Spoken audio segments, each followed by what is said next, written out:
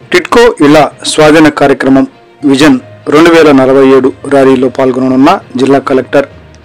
Narasaraopet municipality పరిధిలో 200 టిడ్కో ఇళ్లు అన్ని సౌకర్యాలతో నిర్మాణం పూర్తి చేసుకుని లబ్ధిదారులకు స్వాధీనం చేసేందుకు సిద్ధమయ్యాయి.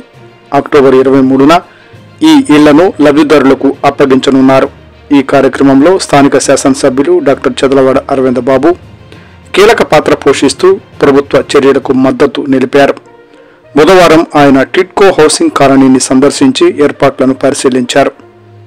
విజన్ 2047 భారీ ర్యాలీ.